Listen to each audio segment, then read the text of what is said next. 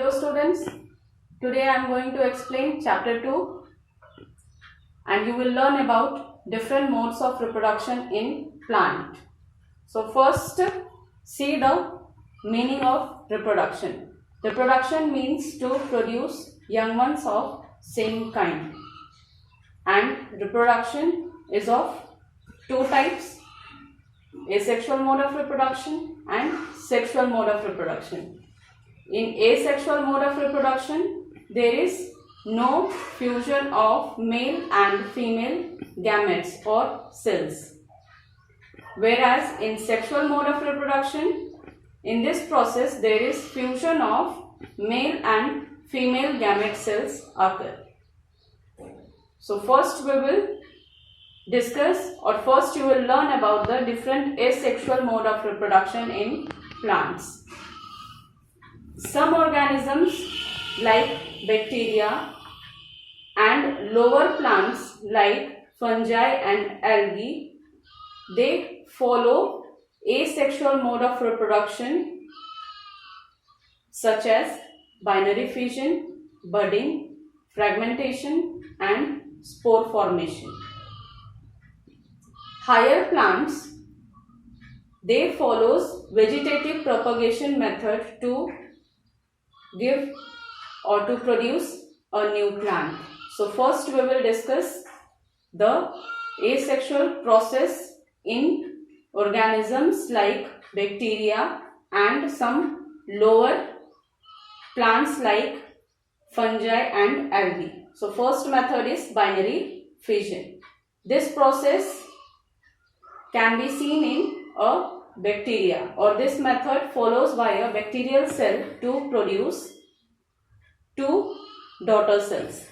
In this you can see binary means two. So one parent cell or one bacterial cell divides to produce two bacterial cells. Second is budding. Budding, this process or this method is followed by yeast cells to produce new cells. In this, the parent cell,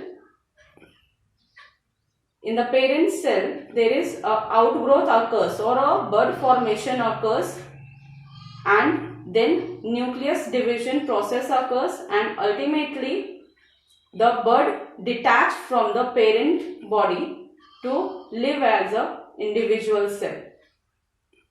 Third process, fragmentation. Example is Spirogyra.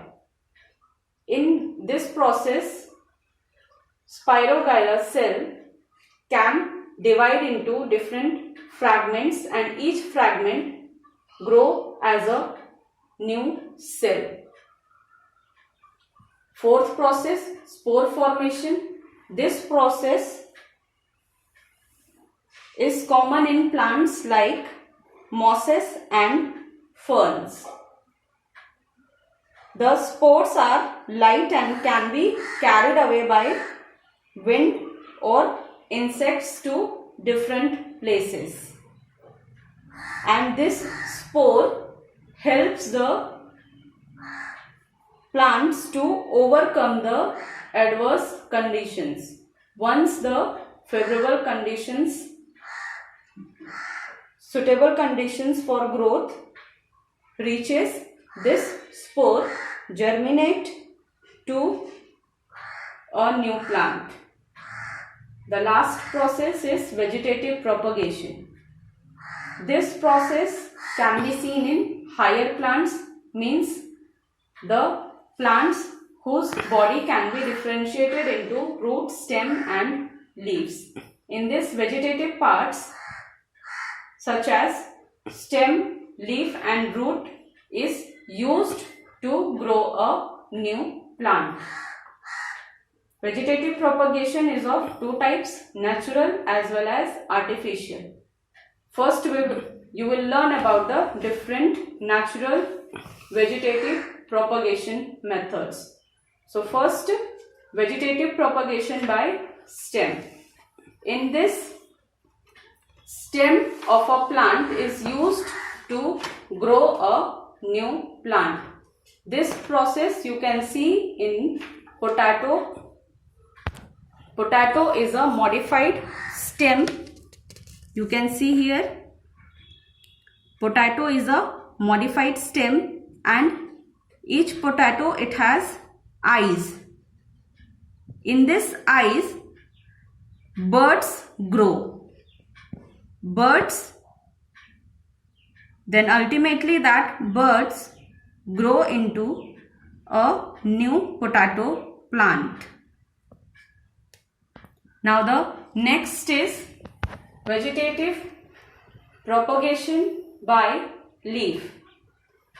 This method you can see in a bryophyllum plant. The leaf of bryophyllum, it has buds in the notches of margin. This can be cleared through this picture. You can see here the margin of bryophyllum leaf. It has notches, and in each notch there is a bud. Once this leaf fallen into a moist soil, each bud grows into a new plant. Now the third process is vegetative propagation by root. In this, root part of a plant is used to grow a new plant. Example, sweet potato. Just see here, students. It's a sweet potato plant, and the stem of a plant, it has nodes, and each node, from the node section, the roots arise, and this nodes are being used to grow a new potato plant. Now the next method is artificial vegetative propagation. Artificial vegetative propagation, it means this method is followed by artificial means this method is followed by cutting, layering, grafting and micro-propagation. Means in this process, the farmers and horticulturists followed this process to grow a new plant. So first process we will see cutting method. In this cutting method, the stem is cut into small pieces, and each stem should bear the bud section, axillary bud, and that section is planted in moist soil. And as that stem cut contains axillary bud, after a few days the new plant will grow from that bud section. The next process is layering. In this process,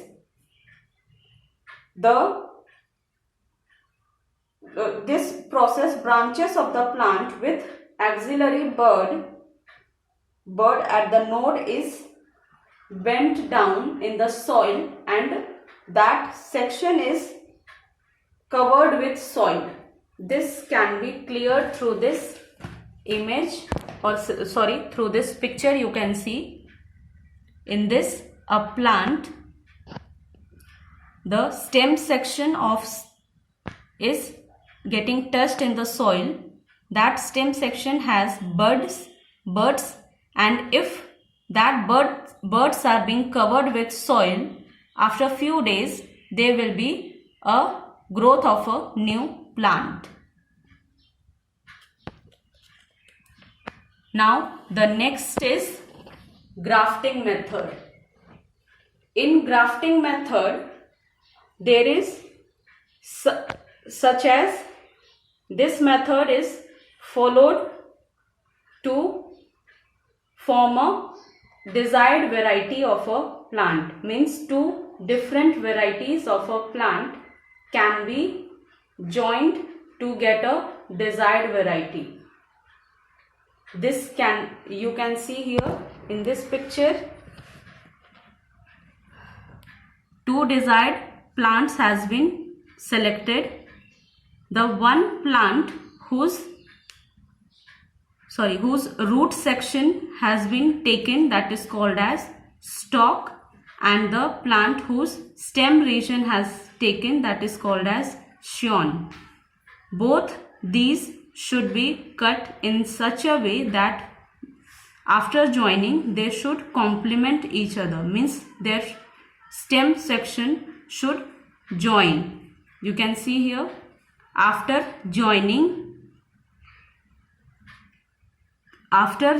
the grafted points are then bound together and with tape, and the joint is covered with a wax to prevent dehydration. And in this grafting method, the new cells or the new plant grows with desired characteristics. This method also follows in few vegetables, for an example brinjal and ladyfinger. Now the next is micro propagation. Micro means very small. In this process, except if the vegetative propagation is not possible in a plant, then this method has been taken to grow a new plant. For this, the shoot apex or any other suitable part or bud of a plant is taken or selected for propagation. In this you can see, through this example, through this picture, this process will be clear. Just see here a part of a plant or shoot apex, apical part or a bud part of a plant has been selected for micro propagation, and this is treated with sterilized chemicals to prevent microbial growth, and then it is cultured in a particular nutrient. This is the nutrient which will help to grow this explant. Then after culturing, this will begin to grow in size, or the cells will begin to divide, and that after few days it will form a mass of cells that is called as callus. Then this will be treated with some growth hormones, plant growth hormones. Then there will be differentiation in each cell, differentiation regarding the functions of each part or the different parts of plant formation. After differentiation in each cell, it will look like a tiny plant. Then that tiny plant or plantlet has been removed from the flask, and it will be used to develop a new plant. This technique you can see in orchids and chrysanthemum. Now the limitations in this process is it requires a lot of scientific expertise, and it cannot be applied in all cases. It is not easily applicable in remote agricultural areas. Now the benefits of this plant is it provides rapid propagation of identical individuals. It is very useful in cases where seeds are dormant. In that case, embryo is used to propagate into a new plant. Now today's homework. Explain different modes of asexual reproduction. Question number 2. Why a gardener prefers to grow certain plants vegetatively? Question number 3. Why is it disadvantageous to grow plants vegetatively? Thank you.